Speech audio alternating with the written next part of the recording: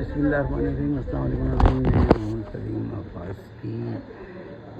اس وقت ہم مکہ مکرمہ میں ہیں اور مکہ کے شہر طائف میں آئے ہیں۔ طائف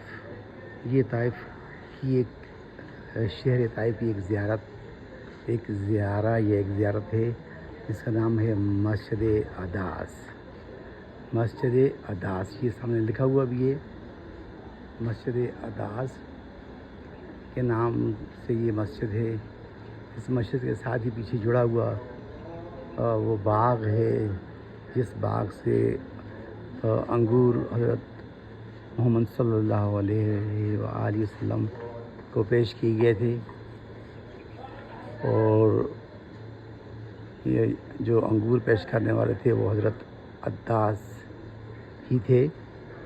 جب آپ پر پتھر برسائے گئے تھے اور آپ زخمی ہو کر گر پڑے تھے، تو جس باغ سے آپ کو انگور پیش کیے تھے وہ باغ بھی پیچھے اس مسجد کے پیچھے جڑا ہوا ہے، اور ابھی بھی وہ باغ اسی طرح آباد ہے، اور اس میں انگور بھی ہیں اور شکر کی طرح۔ انگور تو ویسے بھی میٹھے ہوتے ہیں، لیکن شکر کی طرح انگوروں کا ٹیسٹ ہے۔ آج بھی جو لوگ زیارت کرنے آتے ہیں تو وہ انگور خرید کر ضرور کھاتے ہیں۔